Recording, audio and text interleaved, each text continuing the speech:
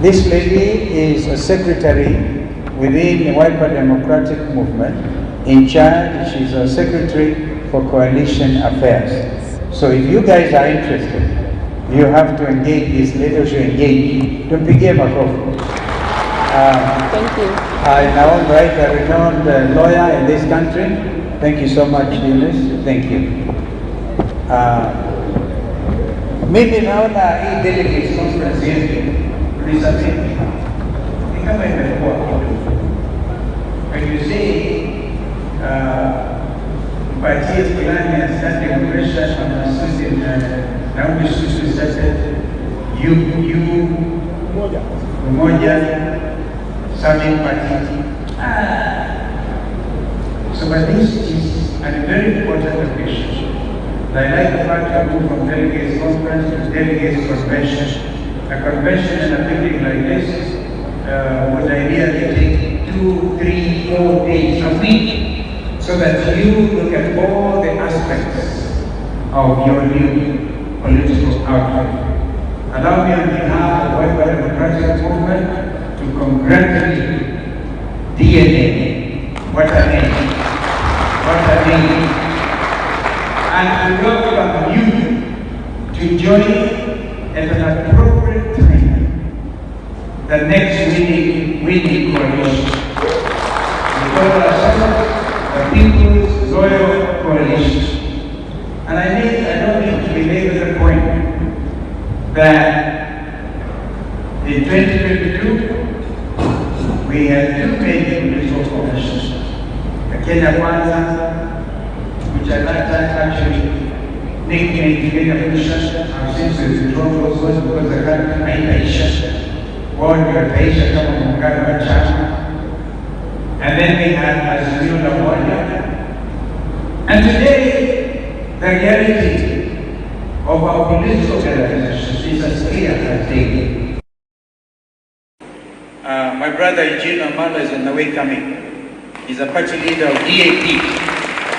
In fact, we had asked that he officially represents us at this function. But he will tell you.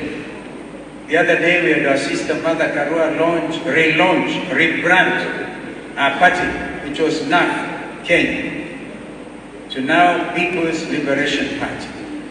She also sends her greetings. Wanapokeza greetings zake.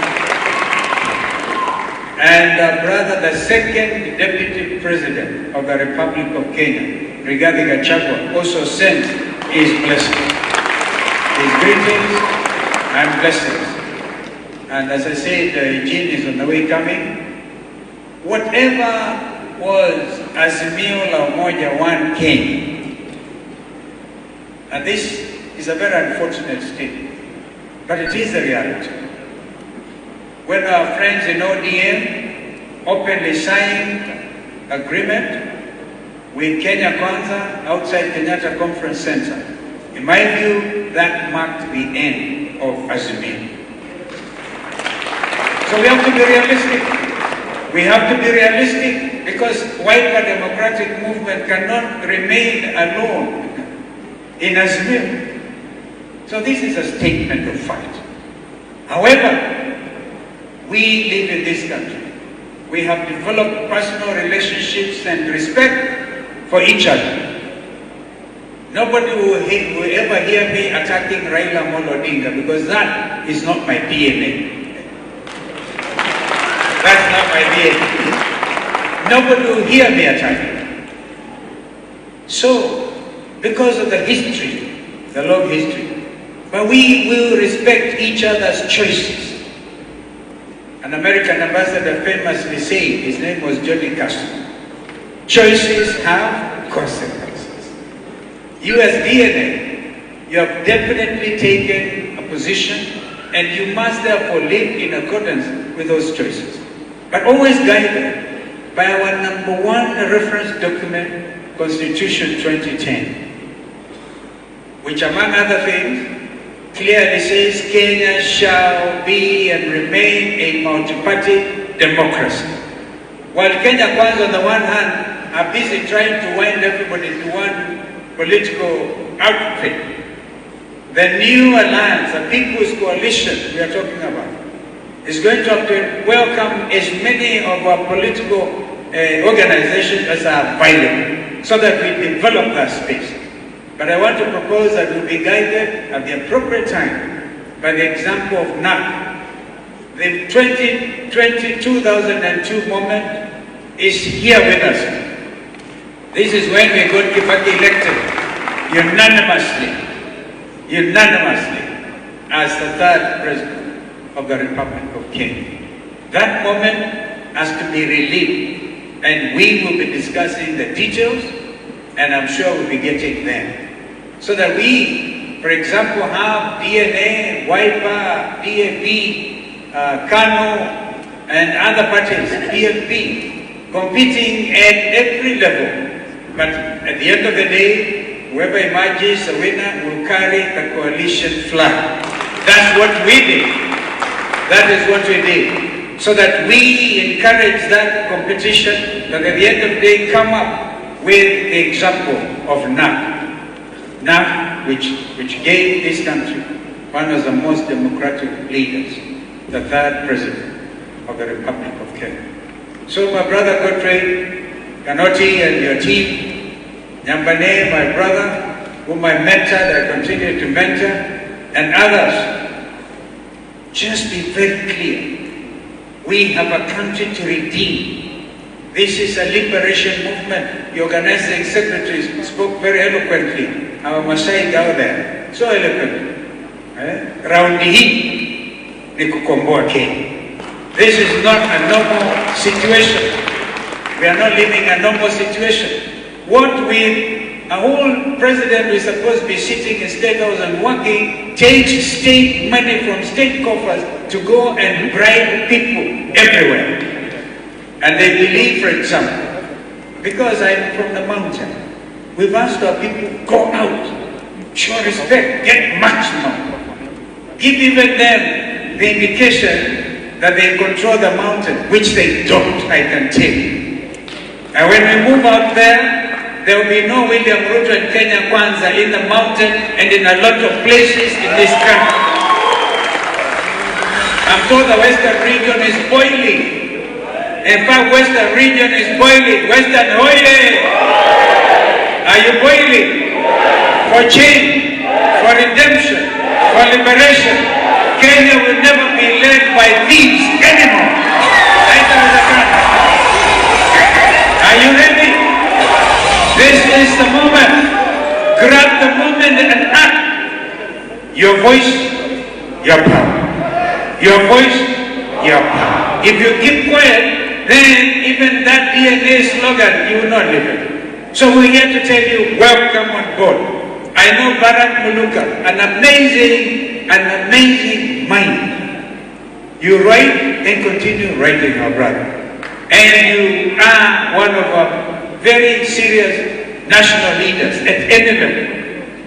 And therefore, be encouraged. In fact, Kenyans don't want us to be sitting in these beautiful, beautiful lounges. They want action to liberate themselves.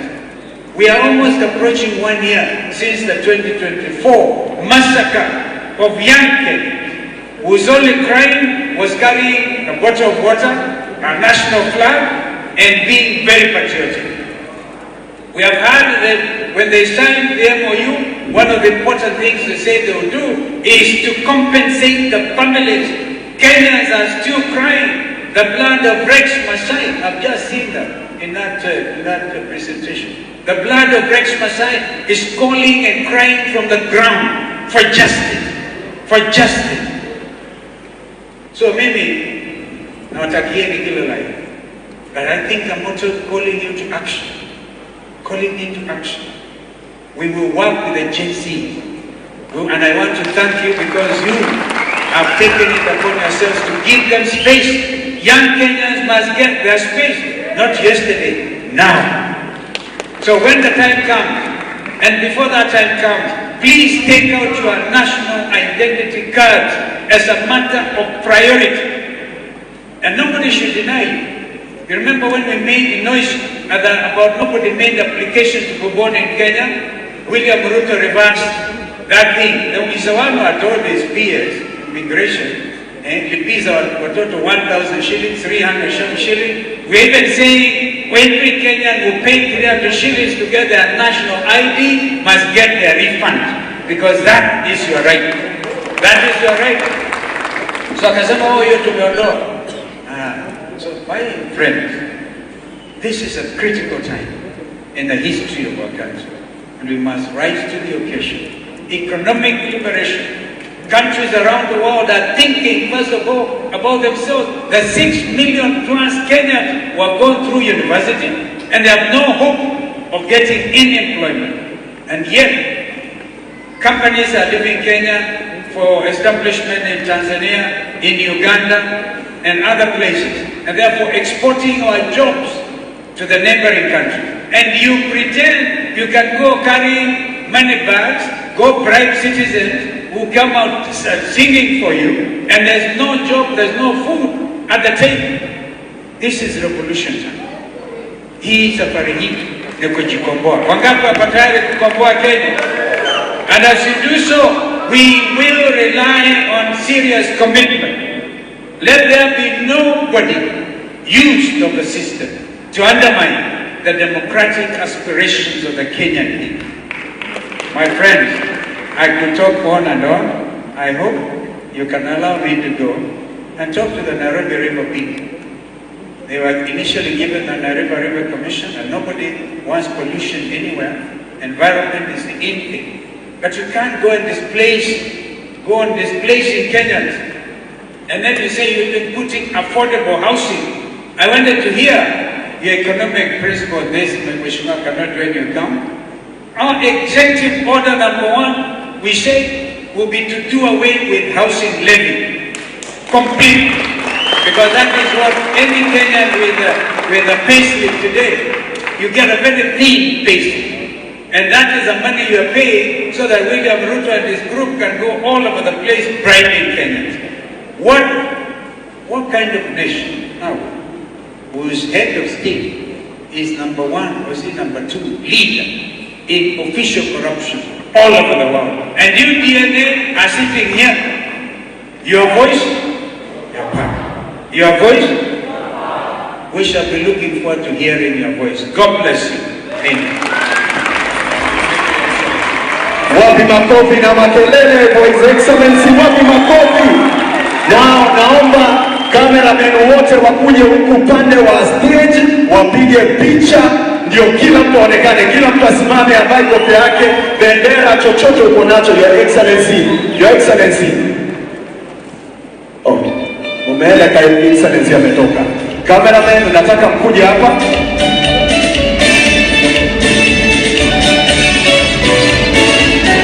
Wacha tumzingize kidogo, ketini kidogo, ketini kidogo, ketini kidogo. Allow me, as we see of His Excellency who's going for another program, ningependa kuomba my brother Ruben Kagame, a presidential candidate who was declared a candidate but the system decided he is not. Kama anaweza kuja hapa mbele atusalimie kidogo. Wapi makofi na ngoma DJ?